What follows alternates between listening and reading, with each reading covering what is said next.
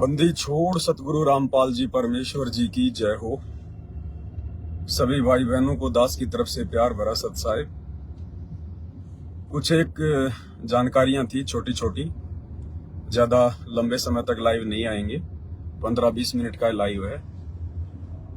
आप भाई बहन तब तक वीडियो को थोड़ा शेयर कर दें, तब तक दास परमात्मा का जयकारा लगा लेता है।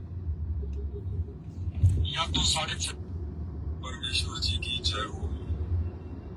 सभी भाई बहनों को दास की तरफ से प्यार भरा सब।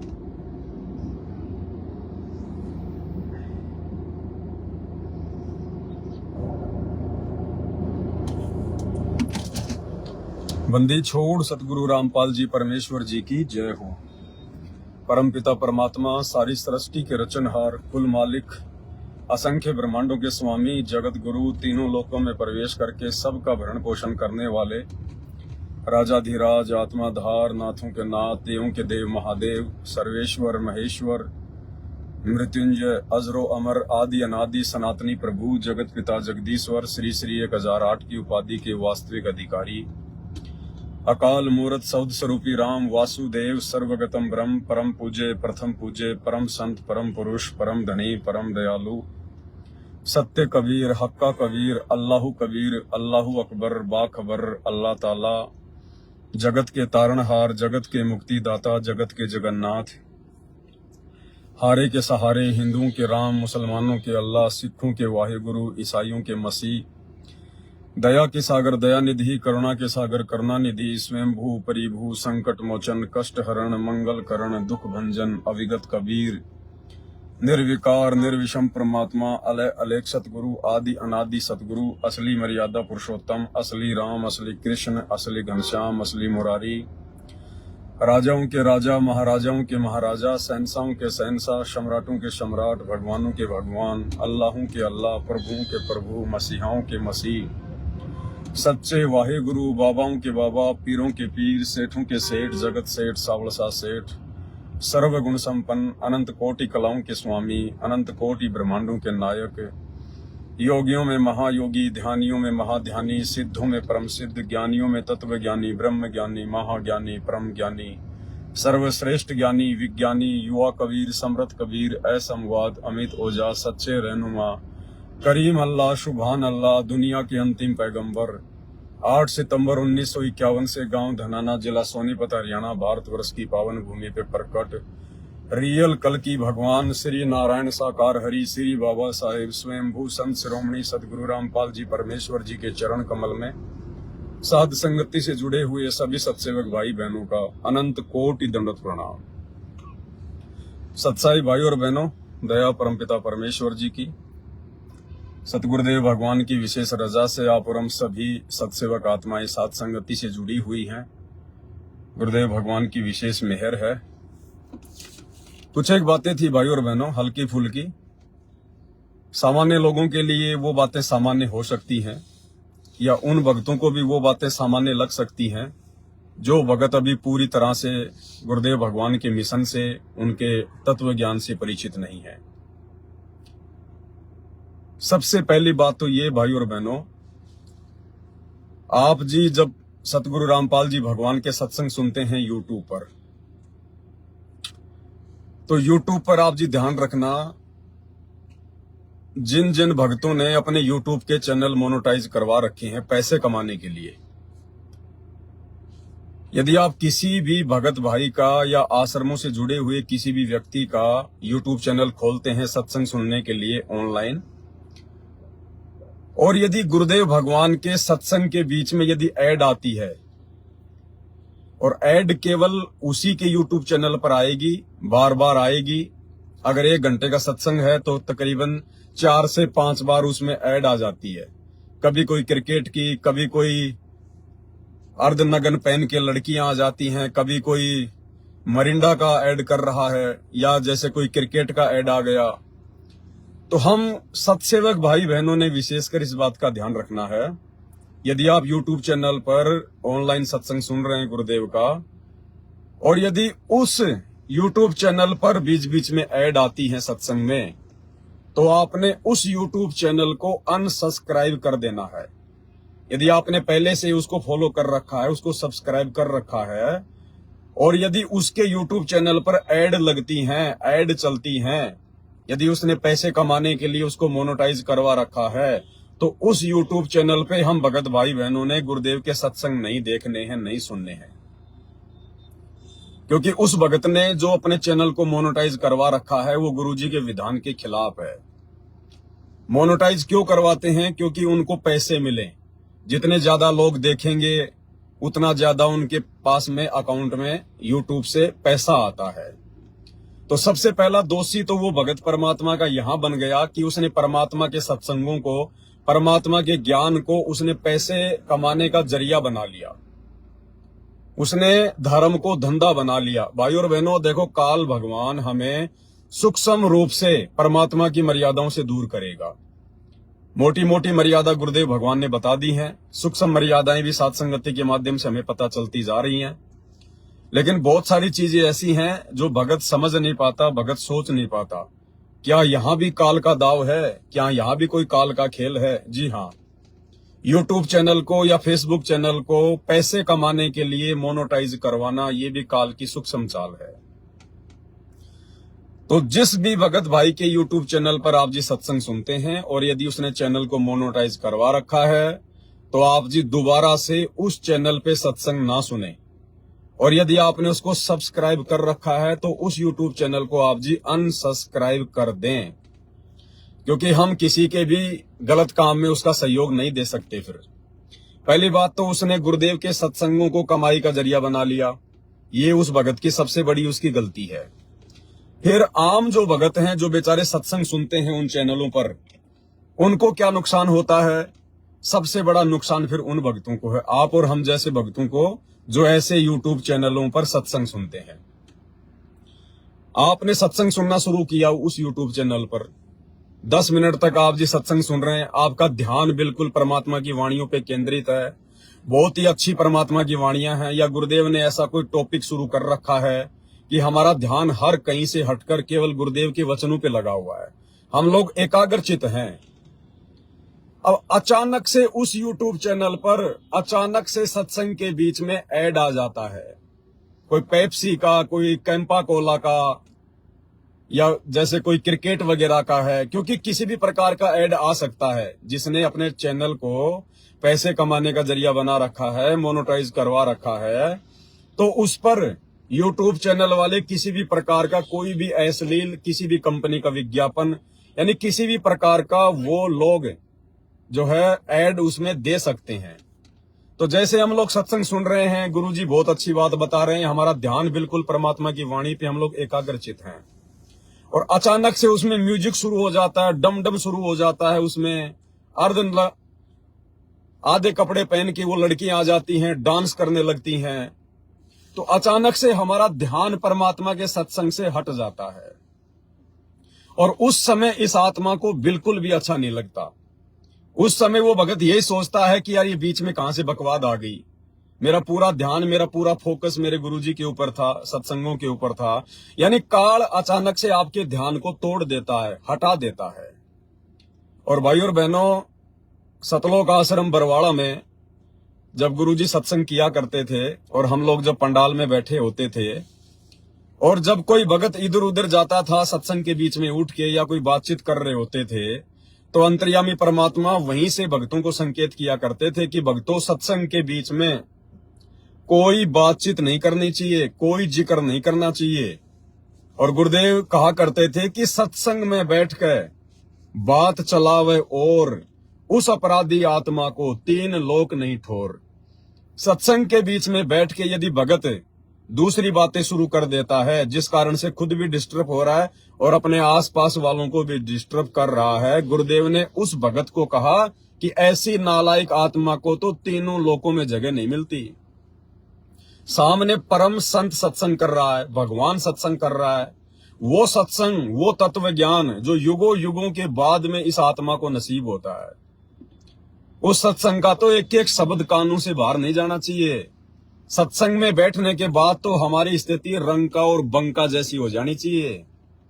रंका और बंका दोनों सत्संग में गए हुए थे, परमात्मा ने बताया, पीछे से उनकी बेटी घर पे थी वंका, उनकी झोपड़ी में आग लग गई। एक ही झोपड़ी थी उनकी, सारा सामान उनका खाक हो गया। लड़की दौड़ के गई, वहां उस समय गुरुजी सत्संग कर रहे थे, रंका और बंका सत्संग सुन रहे थे। लड़की ने पीछे से आवाज लगाई वंका ने, पिताजी पिताजी, माताजी माताजी। वो एकदम से डिस्टर्ब हो गए और उन्होंने कहा कि क्या हुआ, क्यों चिल्ला रही है, हम सत्संग सुन रहे हैं। उसने कहा कि आग लग गई झोपड़ी में। तो रंका बंका ने कहा कि भाई क्या बच गया? बोला खाली एक खाट बची है, एक चारपाई बची है।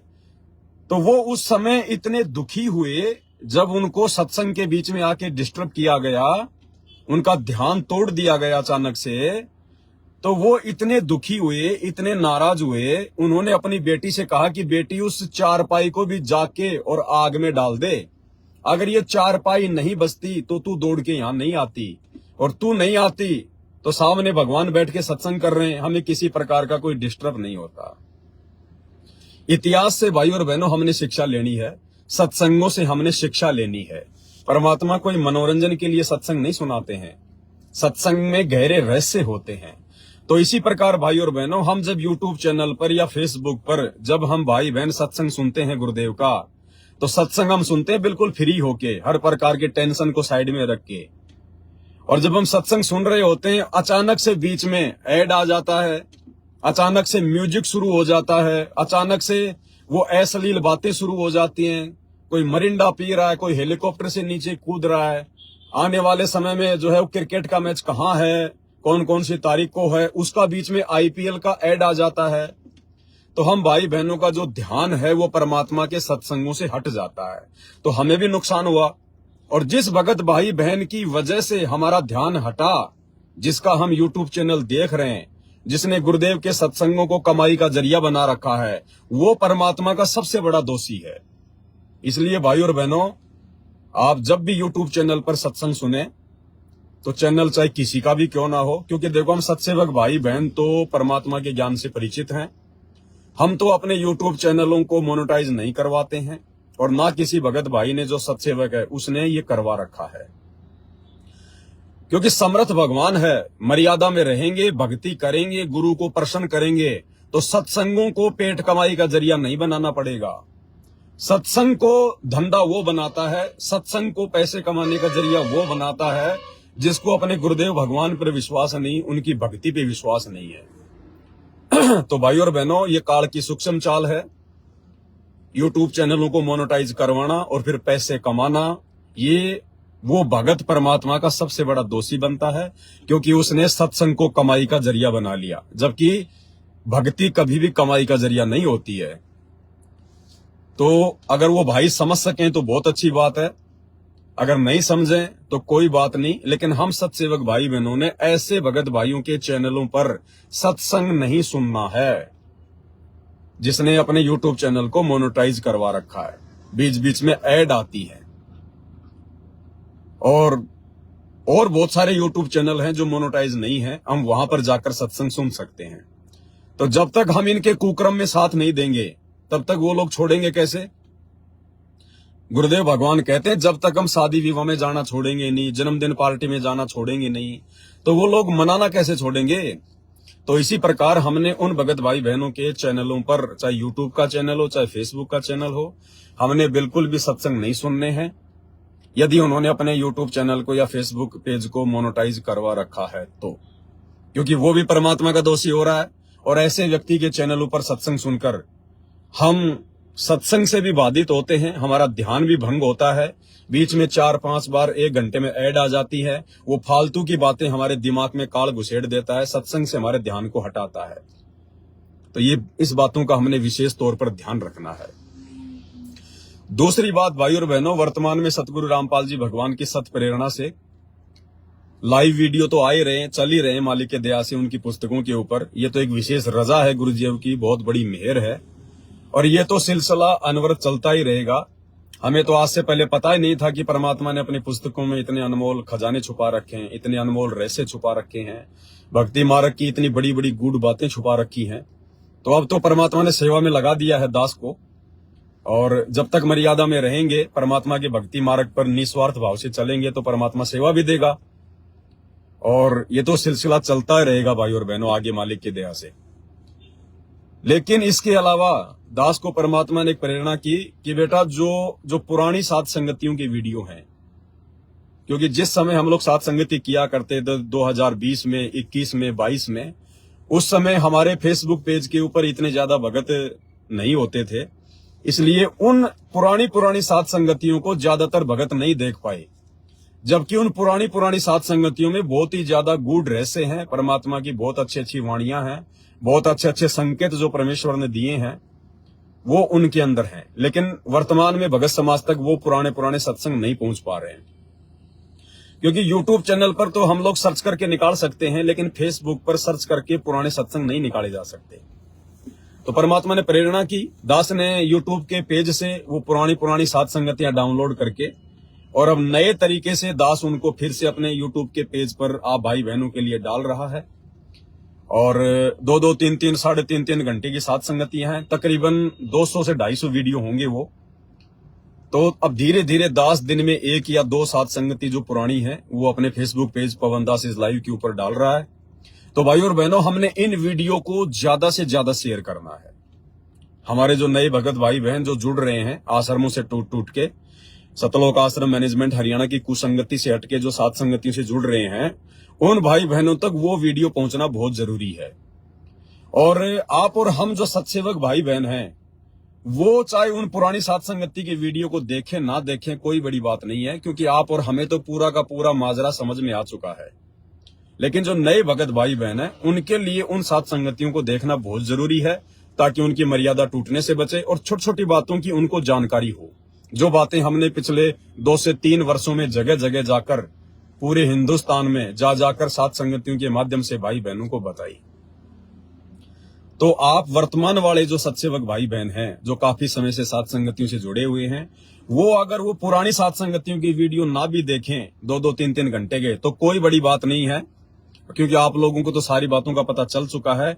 लेकिन दूसरे भाई बहनों तक वो संदेश पहुंचाने के लिए आप उनको शेयर जरूर करें ज्यादा से ज्यादा। और आप लोग तो वर्तमान में 9 बजे जब दास लाइव आता है तो वो आप जी देख ही रहे हैं, और वही हमारे लिए ज्यादा इंपॉर्टेंट है। तो एक तो ये बात थी, और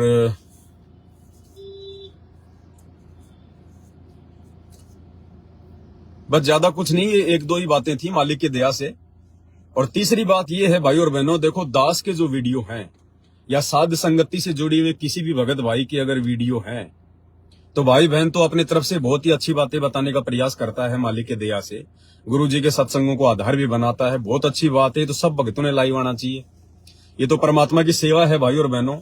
जो काम परमात्मा पिछले 8-9 वर्षों से इस पवन दास को निमित्त बना के करवा रहे हैं, ये सोशल मीडिया भगवान ने हमें दी है प्रचार प्रसार के लिए, और गुरुदेव के सत्संगों को आधार बनाकर जो हम सात संगतियां करते हैं, शंका समाधान के प्रोग्राम होते हैं, ज्ञान चर्चा होती है, तो ये जो सेवा है, ये जो कार्य है, ये अकेले कोई पवन दास का नहीं है। ये काम तो सतगुरु रामपाल जी भगवान की करोड़ों की संगत है, चाहे लाखों की संगत है, उसमें से प्रत्येक भगत भाई बहन की जिम्मेदारी बनती है। जो परमात्मा दास से करवा रहे हैं, ये तो प्रत्येक भगत भाई बहन ने बहुत ही पहले से शुरू कर देना चाहिए था।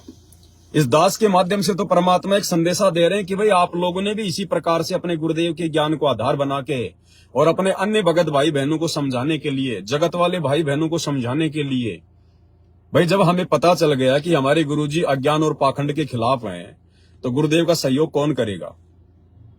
वही बच्चे करेंगे जो गुरुदेव से उपदेश प्राप्त हैं और जो गुरुदेव के आशीर्वाद से उनके ज्ञान को थोड़ा बहुत समझ चुके हैं। तो आप और हम भगत भाई बहने तो गुरुदेव के मिशन में उनका सहयोग करेंगे। तो इसी प्रकार ये तो संत रामपाल जी के प्रत्येक भगत की जिम्मेदारी बनती है कि वो लाइव आके गुरुदेव के सत्संगों के ऊपर ज्ञान आधारित बातें करे, चर्चा करे, भाई बहनों को समझाए। लेकिन ये लाइव आकर समझाना केवल उसी को सूट करेगा भाई और बहनों जो खुद गुरु जी की मर्यादा में होगा। जो बातें हम लाइव आकर बोलते हैं, यदि हमारा खुद का आचरण और व्यवहार यदि उन बातों के विपरीत है, तो ना तो किसी के ऊपर हमारी बात का असर होगा और हम भी गुरु जी के दोषी बनेंगे। इसलिए गुरुदेव कहते हैं कि सत्संग करना जरूरी है, भाई बहनों को समझाना जरूरी है, लेकिन पहले खुद उन बातों पर अमल करो ताकि आप भी परमात्मा के दोषी ना बनो और दूसरे भगत भाई बहनों पर भी आपके शब्दों का असर हो। तो सभी भाई बहनों को लाइव आना चाहिए। शुरुआत देखो सबकी ऐसी होती है, दास की भी शुरुआत ऐसी थी। दास कोई शुरुआत में 2015 में ऐसे वीडियो नहीं बनाने लगा था जिस प्रकार से अब बन रहे हैं मालिक के आशीर्वाद से। दास भी शुरू में 10-10 मिनट के, 15-15 मिनट के, डरते डरते ऐसे शुरुआत की थी कहीं कोई गलती ना हो जाए। धीरे धीरे आगे बढ़े, परमात्मा ने दया बख्शी तो सब काम ठीक हुआ। तो और चौथी बात भाई और बहनों, देखो साध संगति के जो वीडियो हैं वो केवल आपको जानकारी प्रदान करेंगे। जानकारी से हम सावधान हो सकते हैं, अपनी मर्यादा तोड़ने से बच सकते हैं, भक्ति मार्ग में किसी भी प्रकार का धोखा खाने से बच सकते हैं। तो फायदा तो साध संगति की वीडियो का भी है ही, लेकिन जो विशेष जो आध्यात्मिक फायदा है वो केवल गुरुदेव के सत्संगों से मिलेगा, गुरुदेव के नाम का सुमरण करने से मिलेगा। पवन दास के वीडियो केवल आपको जानकारी प्रदान करेंगे, लेकिन जो बचाव है हमारा अध्यात्म में, जो बचाव है भक्ति मार्ग में, हमें जो लाभ मिलना है जो भक्ति से, वो केवल गुरुदेव के सत्संग सुनने से मिलेगा। और गुरुदेव भगवान के जो सुमरण है, जो मंत्र हमें दिए हुए हैं, उनका सुमरण ज्यादा से ज्यादा करने से मिलेगा। गुरुदेव की मर्यादाओं को फॉलो करने से ज्यादा लाभ मिलेगा। इसलिए मुझदास के जो वीडियो हैं वो आप जी कभी कभार देख सकते हैं, जब आपको समय मिले, जब आपके पास में एक्स्ट्रा समय हो। एक्स्ट्रा समय का मतलब है जब आप फ्री हो, जब आप सत्संग सुन के भी आपका मन ऊब चुका है कि यार सत्संग सुन लिया, आज तो 1 घंटे का सुन लिया, 2 घंटे का सुन लिया, मंत्र भी हो गए तकरीबन पूरे हो गए, फिलहाल कोई काम नहीं है, फ्री है। तो ऐसे फ्री समय का उपयोग आप जी साध संगति के वीडियो देख के कर सकते हैं, ताकि आपको आगे से आगे जानकारी मिलती रहे। अन्यथा हमने ज्यादा से ज्यादा गुरु जी के सत्संगों को महत्व देना है, क्योंकि भक्ति से हमारा बचाव होगा, भक्ति से हमारा मोक्ष होगा, मुक्ति होगी, परमात्मा प्रसन्न होंगे। और एक्स्ट्रा जो समय होता है उस समय का सदुपयोग फालतू के सोच विचार करने में, इधर उधर दौड़ने में, भागने में ना वेस्ट करके और साध संगति की वीडियो आप जी देखिए। क्योंकि भाई और बहनों देखो बहुत सारी बातें हैं, दास भी नहीं चाहता कि कहीं मैं परमात्मा का दोषी हो जाऊं। जितना मुझे परमात्मा प्रेरणा करते हैं उतने विचार मैं आप भाई बहनों के सामने आकर रख देता हूं।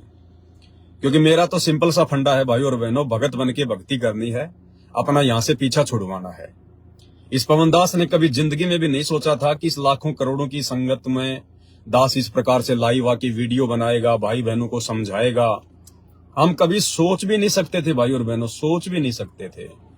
क्योंकि एक तो वैसे ही सतगुरु रामपाल जी भगवान के सत्संग इतने गूढ़ रहस्य युक्त हैं, वेद और गीता को समझना बहुत आसान है, लेकिन संत रामपाल जी के सत्संगों को समझना महाभारत है। भाई जिस परमात्मा ने खुद या फिर प्रेरणा करके गीता लिखवाई, वेद लिखवाए, कुरान पुराण लिखवाई, इतने सारे धर्मशास्त्र लिखवाए, और जब वही परमात्मा कबीर साहेब सतगुरु रामपाल जी के रूप में आज वर्तमान में प्रकट हो के अपने मुख कमल से सत्संग कर रहे हैं, तो भाई और बहनों उनके सत्संग जितना हम लोग सुन पाते हैं, देख पाते हैं, उतने आसान नहीं होते। सुनने में तो बहुत मतलब ऐसा लगता है कि बड़े आसान सत्संग है, बड़ी अच्छी अच्छी भाषाएं हैं, लेकिन उन वाणियों का जो रहस्य है, परमात्मा कहानी क्या सुना रहे हैं, कथा क्या सुना रहे हैं, बात क्या बता रहे हैं और समझाना क्या चाह रहे हैं उसके माध्यम से, तो उन सत्संगों का जो मर्म होता है, जो रहस्य होता है, वो सांकेतिक होता है। तो ये गीता, वेद, कुरान पुराण को फिर भी समझा जा सकता है, लेकिन संत रामपाल जी भगवान के मुख कमल से उच्चारित सत्संगों को समझना भाई और बहनों ये बहुत बड़ा महाभारत है। तो ये तो सतगुरु रामपाल जी भगवान की कोई विशेष मेहर, कोई विशेष दया है, जो परमात्मा ने मुझ जैसे 2 कौड़ी के नीच को, अधम प्राणी को, जड़ बुद्धि को, इस कुत्ते को थोड़ी बहुत अपनी सद्बुद्धि बख्शी, और उनके सत्संगों से, उन्हीं के आशीर्वाद से कुछ बातें समझ के, उनके कर कमलों से लिखी गई पुस्तकों से कुछ बातें समझ के स्वयं भी भक्ति मार्ग में सावधानी बरतता है और दृढ़ता को प्राप्त होता है, और आप भाई बहनों को भी समझाने का प्रयास करता है। तो ये तो सब कुछ गुरुदेव के आशीर्वाद से संभव है। वैसे भाई और बहनों 1% भी कोई व्यक्ति एक शब्द भी नहीं निकाल सकता इस परमेश्वर के ज्ञान के ऊपर, उनकी पुस्तकों के ऊपर। अगर गुरुदेव की रजा ना हो तो ये दास 5 मिनट के वीडियो में 5 गलती कर दे, 5 गलतियां, लेकिन यहाँ परमात्मा 5-5 घंटे बुलवाते हैं। लगातार सात संगतियां होती थी, हो रही हैं, और दया है परमात्मा की, वो जो प्रेरणा करते हैं दास केवल उतना ही बोलता है। तो दास तो केवल एक भैंसाराम वाली भूमिका निभा रहा है। जैसे 650 साल पहले भैंसाराम ने परमात्मा के आशीर्वाद से वेद मंत्र बोले थे, तो दास की तो केवल भैंसाराम वाली स्थिति है। बाकी इसके अलावा मैं भी आपका भगत भाई हूँ, 2 कोड़ी का जीव हूँ। और हमारे जो सरदार हैं, जो कैप्टन हैं, इस पंथ के जो मुखिया हैं, जो परमात्मा है, केवल एक ही है, सतगुरु रामपाल जी भगवान है। हम भक्तों की संपूर्ण आस्था, हमारी लगन, हमारी निष्ठा, हमारा समर्पण, सब कुछ हमारे गुरुदेव भगवान के चरणों में होना चाहिए। बाकी उनके चरणों में हमारी दृढ़ता बढ़े, इसके लिए यदि हमें कहीं से कोई सहयोग मिलता है, चाहे भगत भाई बहनों से मिले, चाहे कहीं से भी मिले, हमने वो सहयोग ले लेना चाहिए। तो दास का तो केवल ये वीडियो बनाने का मकसद खुद भी भक्ति मार्ग पर दृढ़ होकर चलना है और आप भाई बहनों तक भी जो सच्चाई है वो मैं पहुंचाता रहूं, क्योंकि परमात्मा के मिशन में, परमात्मा के मार्ग में यदि कोई सहयोग कर सकता है तो उनका भगत ही कर सकता है। क्योंकि जगत वालों को तो इस तत्व ज्ञान की ABCD का भी नहीं पता। वो बेचारे क्या बता सकते हैं, वो क्या बताएंगे, क्या वो विश्लेषण करेंगे गुरुदेव के सत्संगों का। तो ये तो वही कर सकता है जो गुरु जी का भगत है, और जिसके ऊपर गुरु जी का आशीर्वाद है वही भगत अपना मुंह, अपनी जुबान खोल सकता है, अन्यथा संभव नहीं है। तो ज्यादा से ज्यादा हम भाई बहन गुरुदेव भगवान के सत्संग सुने, और जब भी मौका लगे गुरुदेव भगवान के सुमरण करें, जिसको जो भी मंत्र मिला हुआ है। क्योंकि आने वाले समय में भाई और बहनों, भक्ति ही हमारा बचाव है, भक्ति ही। समय धीरे धीरे निकलता जा रहा है, अजगर की तरह ये काल दुनिया को समेटने के चक्कर में है। 2028 परमात्मा ने लास्ट समय बता रखा है, समय ज्यादा बचा नहीं है, और भक्ति से ही बचाव होगा, दूसरा कोई तरीका नहीं है। आपकी धन संपत्ति, आपका पैसा, आपकी कार कोठी, आपकी रिश्तेदारी, आपकी जान पहचान, ये कुछ काम नहीं आने वाली, कुछ भी काम नहीं आने वाली। एक छोटी सी बात है, आदमी बीमार हो जाता है, हॉस्पिटल में एडमिट हो जाता है, उसको शरीर से परेशानी होती है, पीड़ा होती है। अब उसका रिश्तेदार भी आ जाएगा, पैसा भी उसके पास खूब है, उसकी जान पहचान भी खूब है, लेकिन वो पीड़ा को मिटा नहीं सकते, वो दर्द को कम नहीं कर सकते। वो रिश्तेदार, वो झूठी सांत्वना दे सकते हैं आके, इससे ज्यादा कुछ नहीं कर सकते। आपके पास पैसा है, आप डॉक्टर को बोल दोगे, डॉक्टर साहब पैसे की चिंता मत करना, 1000 की जगह चाहे लाख लग जाएं, लेकिन हमारा जो आदमी है मरना नहीं चाहिए। तो डॉक्टर प्रयास कर सकता है, लेकिन वो पैसा आपके शरीर की पीड़ा को नहीं मिटा सकता। पीड़ा तो परमात्मा की भक्ति से, उनके आशीर्वाद से मिटेगी, उनकी रजा से मिटेगी। तो आने वाला समय तो भाई और बहनों बहुत ही ज्यादा खतरनाक है, ये कहने की आवश्यकता नहीं है। जगत वाले तो देखो बेचारे नादान हैं, अभी उनको भक्ति मार्ग का ज्ञान नहीं है, अभी वो सत्संगों से अपरिचित हैं, उनको पता ही नहीं कि सत्संग होते क्या है। ना उन्हें परमात्मा की पहचान है, ना उन्हें गुरुदेव भगवान की पहचान है, और ना फिलहाल थोड़े बहुत जो उनको काल के सुख प्राप्त है, उस आधार से ना उनको सत्संगों की जरूरत है, ना भगवान की जरूरत है। लेकिन आप और हमारी आंखें परमात्मा ने समय से खोल दी हैं, क्योंकि हम परमेश्वर की विशेष आत्मा है, उनकी प्यारी आत्मा है, और परमात्मा अपनी विशेष आत्माओं को ही समय से पहले जगाता है, चेताता है, ताकि हम गलतियां करने से बचें, धोखा खाने से बचें। तो ये आप और हमारे ऊपर गुरुदेव भगवान की विशेष रजा, विशेष मेहर है, इसको हम बना के रखें। और फालतू के समय में, खाली समय में हम साथ संगति की वीडियो सुने, वीडियो देखें। बाकी जब भी दाव लगे हम परमात्मा के ही सत्संग सुने, परमात्मा का ही सुमरण ज्यादा से ज्यादा करें, परमात्मा का ही चिंतन मनन हम ज्यादा से ज्यादा करें। यही दास की आप सभी भाई बहनों से हाथ जोड़ के प्रार्थना है। क्योंकि भाई और बहनों, हम सब जीव हैं, हम भगत हैं, हम सब ने मोक्ष चाहिए, और मोक्ष केवल भगवान दे सकता है, भगवान की पहचान हमें हो सकती है।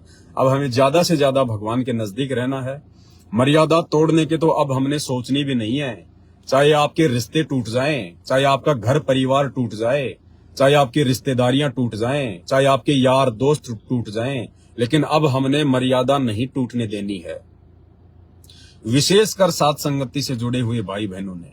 क्योंकि अब हमें परमात्मा ने किसी भी प्रकार से समझाने में कोई कमी नहीं रखी है, और हर प्रकार से समझदार होने के बावजूद भी यदि हम गलतियां करेंगे तो भाई और बहनों, हम परमात्मा के सबसे बड़े दोषी बनेंगे, सबसे बड़े दोषी। हम सतलोक आश्रम मैनेजमेंट हरियाणा वालों से भी बड़े दोषी बनेंगे यदि हमने सब कुछ जानबूझ के, गुरुदेव भगवान की इतनी मेहर होने के बावजूद भी यदि हमने मर्यादा तोड़ी तो भाई और बहनों, अब तो बिल्कुल हर प्रकार से दिलो जान से परमात्मा के चरणों में समर्पित होने का समय है। ये दाव, ये मौका बार बार नहीं मिलेगा, नहीं लगेगा। भाई और बहनों, आप और हम भी वर्तमान में इतना नहीं समझ पा रहे हैं, इस परमात्मा की भक्ति को इतना महत्व नहीं दे पा रहे हैं जितना देना चाहिए। अन्यथा यदि हमें वास्तव में इस बात को अगर हम रियलाइज करें, महसूस करें कि हमें क्या परम शक्ति मिल चुकी है, हमें इस दुनिया की, हमें संसार की सबसे बड़ी धन संपदा मिल चुकी है, हमें वो जरिया मिल चुका है धन कमाने का, भक्ति रूपी धन कमाने का, जो हमारे साथ में जाएगा। आज जो टाटा ग्रुप के जो चेयरमैन हैं, एमडी हैं, रतन टाटा, जो ये गाड़ियां वाड़ियां बनाता है, ये ट्रक वगैरह बनाता है, जो खिलौने की दुकान खोल रखी थी, ये खिलौने की दुकान है भाई और बहनों। क्योंकि यहां तो लग रहा कि बहुत बड़ा पैसे वाला इंसान था, बहुत बड़ी कंपनी थी, टाटा का मालिक था। अब वो क्या लेके गया भाई और बहनों, विचार करना, वो क्या लेके गया? कुछ भी नहीं लेके गया, खाली हाथ गया। इतने ज्यादा धन संपदा का मालिक, पूरे देश विदेश में जिसकी चर्चाएं हुआ करती थी, पता नहीं कितनी बार तो उसको पद्म विभूषण से नवाजा गया है, उसको भारत रत्न का सम्मान दिया गया है, लेकिन ना तो अब उसके वो भारत रत्न काम आएगा, ना वो पद्म विभूषण काम आएगा, और ना उसका वो कारोबार जो पूरे हिंदुस्तान समेत देश विदेश में उसने फैला रखा है, अरबों खरबों का, $मिलियन का। वो नंगा आया था और अब इतने वर्षों बाद में वो सारी धन संपदा छोड़ के, सब कुछ छोड़ छाड़ के, और वो नंगा ही वापस गया। वो नंगा ही वापस गया। अब धर्मराज के दरबार में जाएगा, अब वहां पे उसका अकाउंट होगा। अब धर्मराज पूछेगा चित्रगुप्त से, हाँ भाई ये कौन है? हाँ जी ये रतन टाटा है। अच्छा क्या काम करता था ये? तो चित्रगुप्त कहेगा महाराज ये खिलौने बनाने का काम करता था। अब वो रतन टाटा वहां सोचेगा, तेरी की खिलौने, मैंने तो बड़े बड़े 20-20 चक्का वाले, 40-40 चक्का वाले मैंने तो ट्रक बनाए हैं, मैंने बड़ी बड़ी लग्जरी गाड़ियां बनाई हैं, करोड़ों गाड़ियां बना बना के मैंने बेच दी हिंदुस्तान में, देश विदेश में, और ये कह रहे हैं मैं तो खिलौने बनाने की दुकान थी मेरे पास में। तो फिर वहां इस आत्मा को ऑटोमेटिक ज्ञान हो जाता है। फिर उसको भी पता चल जाएगा कि भाई तूने तो पूरी जिंदगी में खिलौने बना बना के बेचे, खिलौने बना बना के। आज वो खिलौने भी यही रह गए, वो पैसा भी यही रह गया, वो भारत रत्न का सम्मान भी यही रह गया, वो जान पहचान बड़े बड़े नेताओं से, बड़े बड़े लोगों से, वो भी यही रह गई। अब रतन टाटा के साथ में क्या गया? उसके जो कर्म थे वो गए। ठीक है, उसने जितना उसने दान किया, जितना उसने चैरिटी की, अच्छे काम किए, वो भी उसके साथ में रहेंगे, उसको स्वर्ग मिल जाएगा थोड़े बहुत समय। लेकिन भाई और बहनों, पाप कर्म भी तो कितने होते हैं। यहां आदमी पुण्य एक करता है, पाप हो जाते हैं लाखों करोड़ों। तो स्वर्ग में तो थोड़े समय रहेगा, नरक में ज्यादा समय रहेगा वो। अब बताओ क्या लेके गया भाई बहनों? आप और हमने शिक्षा लेनी है, क्योंकि हम अध्यात्म से जुड़े हुए हैं। जगत वाले भाई बहन इन बातों पे विचार नहीं कर पाएंगे, लेकिन जो संत रामपाल जी के भगत हैं वो इन बातों पर विचार अवश्य करेंगे कि यार क्या लेके गया। रतन टाटा जितनी संपत्ति तो हम लाख जन्म में नहीं जोड़ सकते, और वो भी खाली का खाली गया, खाली का खाली। और फिर अब क्या होगा उसके साथ में? थोड़े बहुत दिन वो स्वर्ग में बैठा देगा उसको काल। जितने उसने अच्छे कर्म किए उनके बदले वो स्वर्ग में बैठेगा। फिर उसके जो पाप कर्म हैं, अब आप कहोगे रतन टाटा ने क्या पाप कर दिया? भाई परमात्मा का विधान है कि पृथ्वी ऊपर पग जो धार है, 1 करोड़ जीव एक दिन में मारा है। इस पृथ्वी के ऊपर जब हम चलते हैं सुबह उठ के, और शाम तक जब आते हैं अपने घर पर वापस, अपने रोजी रोटी के लिए अपना धंधा करके, पूरे दिन में गुरुदेव भगवान कहते हैं 1 करोड़ जीवों की हत्या होती है हमारे पैरों के नीचे आके। सूक्ष्म जीव मरते हैं, चींटियां मरती हैं, कीड़े मरते हैं। कोई अपनी गाड़ी से जा रहा है, उस गाड़ी की टक्कर से ना जाने आगे कभी बोनेट देखा करो अपनी गाड़ी का, उससे कितने मक्खी मच्छर वगैरह मर मर के वो चिपक जाते हैं। तो परमात्मा के नजरों में तो भैया एक मच्छर की भी वैल्यू वही है, और एक हाथी की भी वैल्यू वही है, और एक इंसान की भी वैल्यू वही है। तो परमात्मा के दरबार में तो चाहे मच्छर मार दो चाहे हाथी मार दो, दोनों का पाप बराबर लगता है। तो पूरी जिंदगी उसने कितने पाप किए होंगे। और आन उपासना करना, अन्य देवी देवताओं की पूजा करना, ये सबसे बड़ा अपराध है, सबसे बड़ा दोष है। वो भी उसको मिलेगा। और जो गाड़ियां उसने बनाई हैं भाई और बहनों, विचार करना काल कितना भयंकर तरीके से फांसता है। उसने करोड़ों गाड़ियां उसने बना बना के लोगों को दे दी। अब उन करोड़ों गाड़ियों से भाई और बहनों कितने जीव मरे होंगे। बड़े बड़े जीव भी मरे होंगे एक्सीडेंट होके, छोटे छोटे मच्छर मक्खी वगैरह भी गाड़ियों के बोनट पे चिपक जाते हैं। उनका दोषी कौन होगा? वो रतन टाटा होगा। रतन टाटा भी होगा, साथ में जो लोग गाड़ियां चलाते हैं, जो गाड़ियां खरीद के ले जाते हैं, फिर उन गाड़ियों से जितने मक्खी मच्छर मरते हैं, जितने एक्सीडेंट होते हैं, जितने जीव मरते हैं, चाहे कोई भैंस मरो, चाहे कोई कुत्ता मरो, चाहे कोई चूहा मरो, चाहे कोई सांप मरो, चाहे कोई इंसान मरो, वो दोष उन जो लोग गाड़ियां खरीद के ले गए उनको भी लगता है। क्यों लगता है? क्योंकि उनके पास में भक्ति नहीं है। उनको लगता है कि मैं तो राम का पुजारी हूँ, श्री कृष्ण का पुजारी हूँ, मैं तो हनुमान जी पूजता हूँ, मैं तो वहां जाता हूँ, मैं तो पैदल यात्रा पे जाता हूँ। शास्त्रों में इस भक्ति का कहीं कोई उल्लेख नहीं है। मक्का मदीना जाना, मंदिर मस्जिद में जाना, चर्चों में जाना, ये शास्त्रों में कहीं नहीं लिखा हुआ। ये सब मनमाना आचरण है, मनमाना आचरण है। वास्तव में क्या है परमात्मा का विधान, उस अल्लाह का क्या विधान है, क्या भक्ति है, वो तो परम संत आके बताएगा, पैगंबर आके बताएगा। अब उसको चाहे पैगंबर कहो, चाहे अवतार कहो, बात एक ही है। अनेक अनेक धर्मों के अनुसार अलग अलग नाम है। जैसे मुसलमान धर्म में उसको पैगंबर कह देते हैं, हिंदू धर्म में उनको अवतार कह देते हैं, बात एक ही है। हिंदू लोग जब शाम सुबह आरती करते हैं उसको कहते हैं हम आरती कर रहे हैं, मुसलमान कहते हैं हम लोग नमाज कर रहे हैं। हिंदू लोग जो बल्कि व्रत रखते हैं, मुसलमान धर्म में उसको रोजा रखना कह देते हैं, बात एक ही है। तो वास्तविक विधि तो वर्तमान में सतगुरु रामपाल जी भगवान के पास है और पूरी पृथ्वी पर किसी के पास में नहीं है। तो भाई और बहनों, अब विचार करना वो रतन टाटा क्या ले गया। वो अच्छे बुरे कर्मों की मालगाड़ी भर के ले गया और थोड़े दिन तो काल उसको स्वर्ग में रखेगा, फिर उसके पाप कर्म भोगने पड़ेंगे, फिर उसको नरक में डालेगा, फिर 84 लाख योनियों में गधा कुत्ता सुअर भी बनना पड़ेगा मेरे भाई।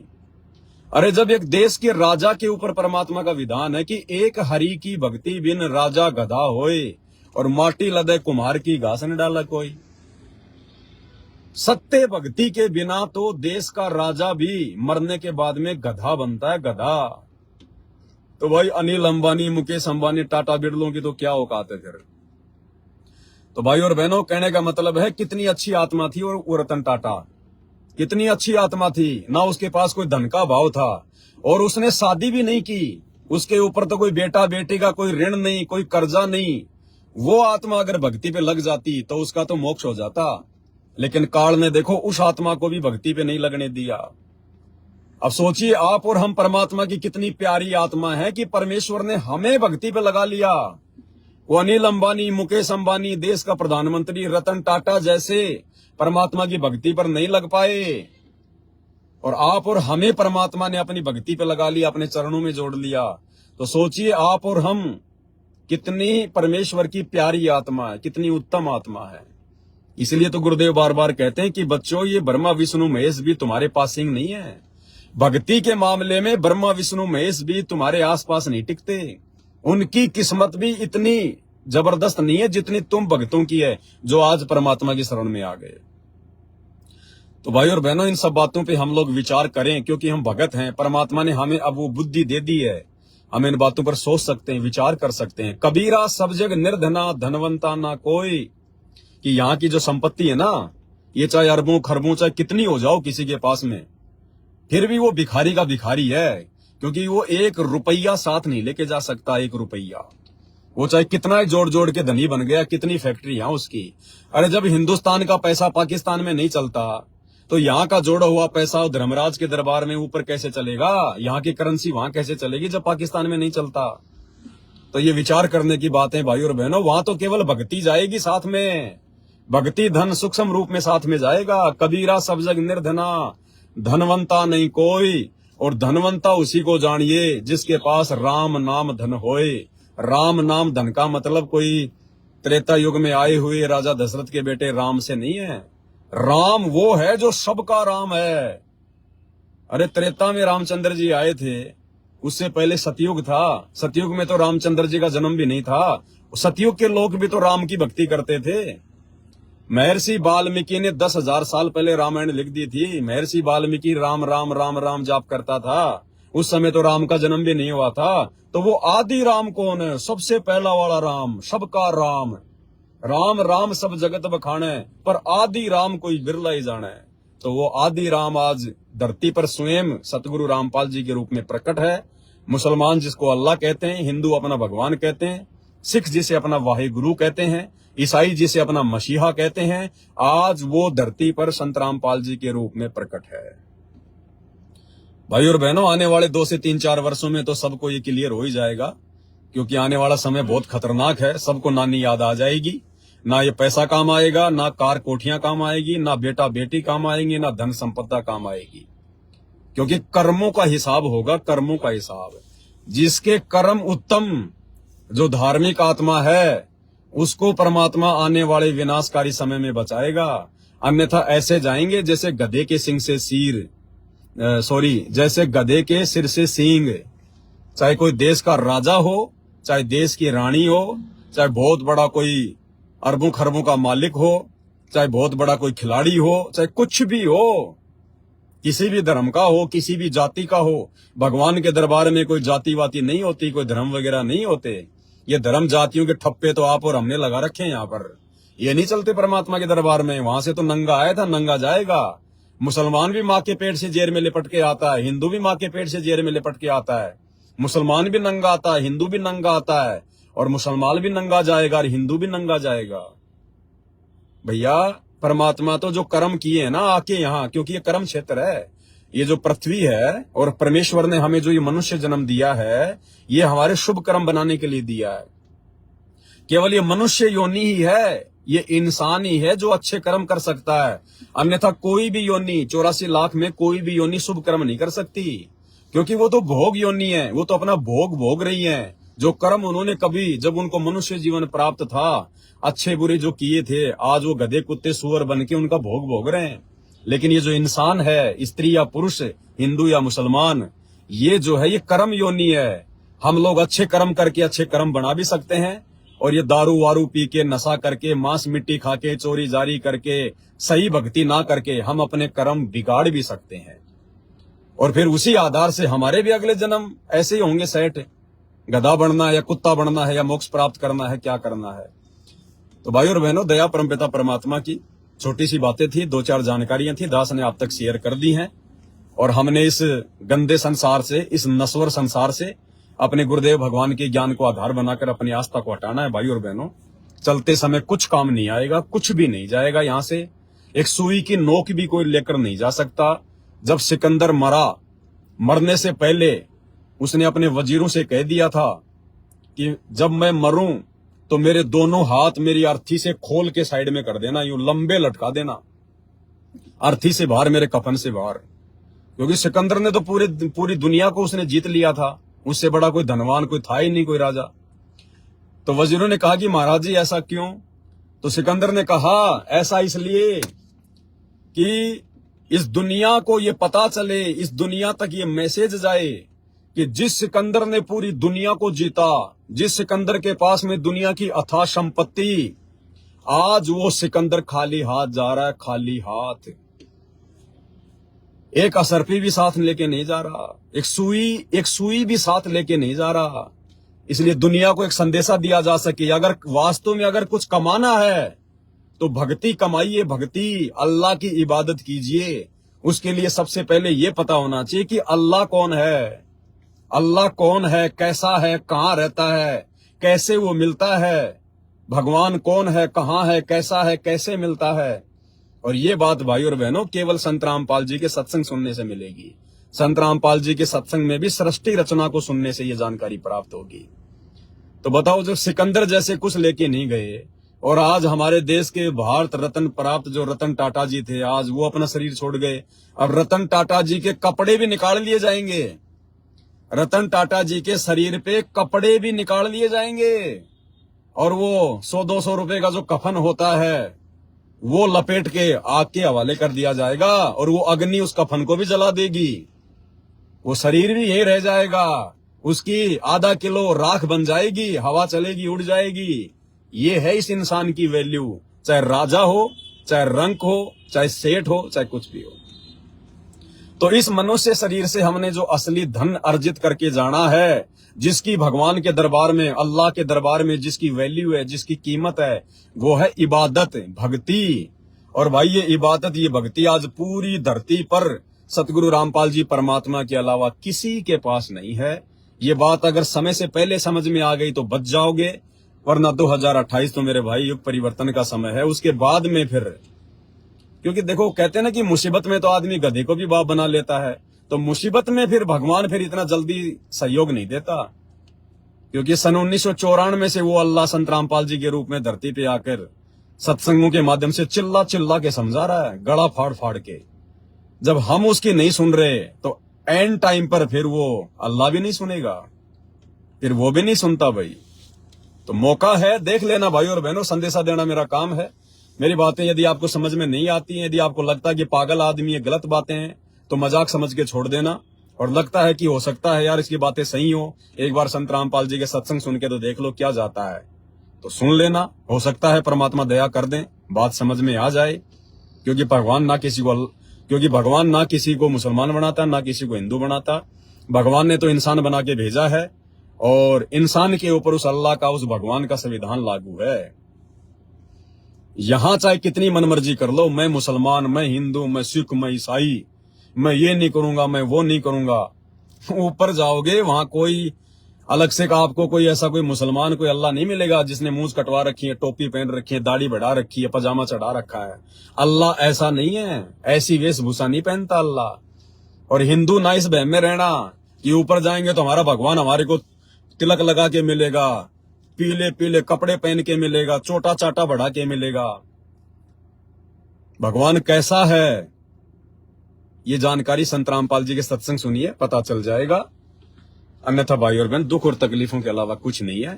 हाथ जोड़ के विनती कर सकते हैं, प्रार्थना कर सकते हैं। मेरे वीडियो सुन के देख के नाराज होने की जरूरत नहीं है। यदि आप नाराज होते हैं तो आपकी सबसे बड़ी कमी है। ये दुनिया भर के लोगों ने नंगे वीडियो यूट्यूब पर, फेसबुक पर डाल रखे हैं। दुनिया भर के लोग 5-5 मिनट के, 10-10 मिनट के वीडियो पैसे कमाने के लिए, दुनिया भर की फालतू की बातें, वो लड़कियां, वो लड़के छोटे छोटे कपड़े पहन के रोजाना छोटे छोटे वीडियो डालते रहते हैं, शॉर्ट वीडियो, रील वगैरह। आप लोग बड़े खुश होके देखते हो उनको।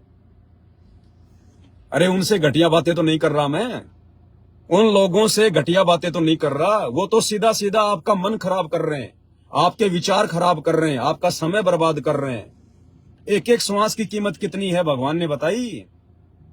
मैं कम से कम आपको थोड़ी बहुत कोई जानकारी तो दे रहा हूं। तो भाई और बहनों, मेरे से द्वेष करने की जरूरत नहीं है, सिवाय नुकसान के कुछ नहीं मिलेगा। अगर मेरी बातों पे विचार करोगे और संत रामपाल जी के सत्संग सुनना शुरू कर दोगे तो वो वस्तु मिल जाएगी जो वस्तु आज रतन टाटा भी नहीं लेके जा सका। बस समझदार को संकेत ही काफी है। बस अब संध्या आरती का समय हो गया है। दास वीडियो को यहीं पे स्टॉप करता है। बंदी छोड़ सतगुरु रामपाल जी भगवान की जय हो।